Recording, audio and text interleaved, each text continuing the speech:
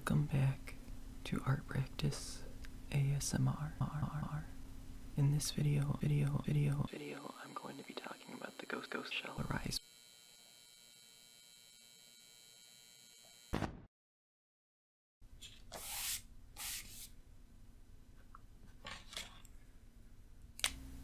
When I first saw the original Ghost in the Shell movie, I had one problem with it.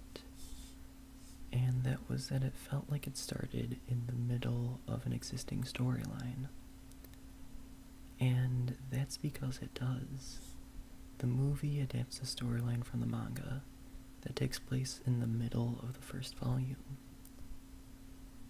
And this is something that bothered me, even though the movie is very influential and very good. I couldn't get past the fact that there was a ton of world building and characterization that you just need to figure out if you haven't read the manga.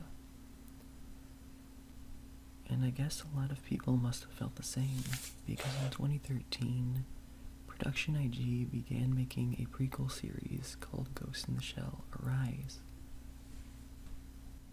Ghost in the Shell Arise actually received very mixed reactions from fans, and it's actually some of the lowest rated content in the main Ghost in the Shell series. And it's because of this that I was actually worried about watching it. Like I said, the problems with Ghost in the Shell kind of made me not the biggest fan of the whole franchise, especially because Standalone Complex suffers from the same problems. And so I was worried about going into Arise. But after watching the first movie, I was actually completely hooked. And after finishing everything in the Arise series, I can confidently say that not only is Ghost in the Shell Arise good, but it makes the other movies much better. Before I explain what I mean by that, I think I should tell you a little bit about Ghost in the Shell Arise's plot. This series is a prequel, and it follows a woman named Motoko Kusanagi, who has recently left the military after paying off all of her debts for obtaining her cyborg body. She wants to use all of her combat training, so she becomes a freelancer and begins to take on odd jobs. From the beginning, she's being scouted by a man called Chief Armaki, who wants her to join his team called Section 9, but she refuses. Kusanagi wants to find her own footing in the world, and she doesn't want to be controlled by people in power. Along her journey, she begins to meet similarly minded people, such as Bato, Togasa, and Paz, and they eventually begin to work with each other very closely and form a team with many others. This is basically an origin story for a ton of concepts that you see in the later movies and even in Standalone Complex. These movies not only explain the relationship between the characters and how they all come to join Section 9, but it also introduces a bunch of concepts and themes that you see throughout the entire franchise. Ghost in the Shell Arise is a series that kind of has a watch order to it. It was originally 4 movies, but eventually the 4 movies were cut down to make a TV show. Even though the TV show cuts down the 4 movies, you don't actually lose any of the plot. If anything, you gain more because they add a final storyline to it. That final storyline actually acts as a transition from the Arise movies to the final movie, which is Ghost in the Shell, the new movie. And that is the entire prequel plotline that kind of leads into the original movie. So now it's time to talk about what I like so much about the Arise series. And honestly, there is a lot for me to talk about. So I think I should start with what I mentioned at the beginning of the video, which is the Ghost in the Shell Arise movies make me appreciate the original Ghost in the Shell so much more. And this is because the movies answer so many questions that the original movie just expected you to know from the beginning. The original Ghost in the Shell expected you to know so much about the world and the characters and the different nuances of everything in between. And it expected you to know things that were impossible to know if the movie was your starting point. And the Ghost in the Shell Arise movies answer almost every possible question you could have without feeling patronizing or like they're Ghost in the Shell for Dummies kind of movies. If you were ever asking questions like, what were these characters doing before they were in Section 9? Or what was everybody's relationships before they joined Section 9? Or how did these characters join Section 9? Then these movies answer those. If you've ever wondered things like, why does everybody have so much respect for the Major? These movies answer that.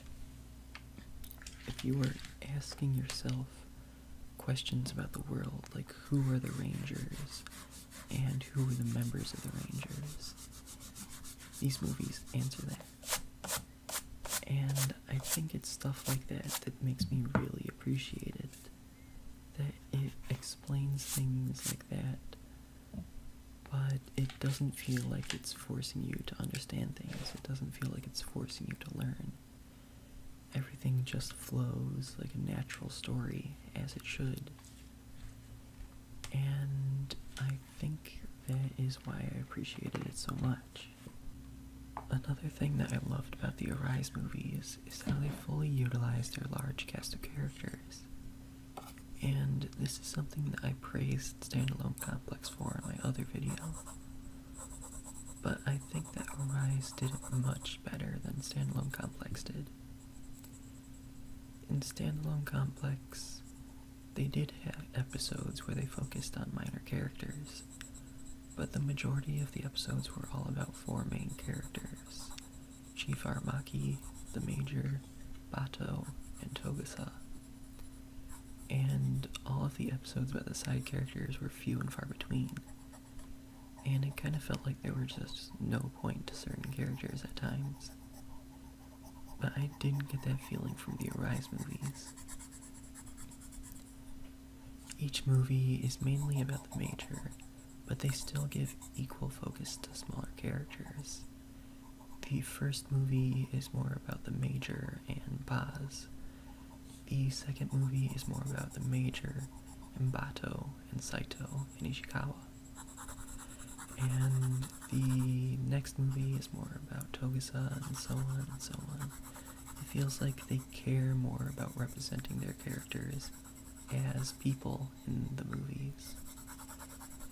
And there were so many ways that they fully utilize these characters. Like there will be fight scenes where the full team is going out on a mission, and they will show each character as having a different personality that's expressed through the actions they take. They show Saito being trigger-happy. They show Ishikawa being intelligent and helpful. They see Togusa as someone who is skilled but still green. And it gives you more of a sense that they care about the characters in these. So if you were thinking that these movies were more of a cash grab, I'd just like to say that I think these movies care more about the characters than other beloved Ghost in the Shell properties. One last thing that I want to praise about these movies is all of the technical aspects that went into making them. And I'll start with the art direction and animation, which is actually something that people were really concerned about when these movies first came out. It's because even though everything's very familiar, it seems a little different. And I think that's because they updated the designs of the characters from the original source material. Instead of going with the character designs from the original movie or standalone complex, which people are typically more familiar with.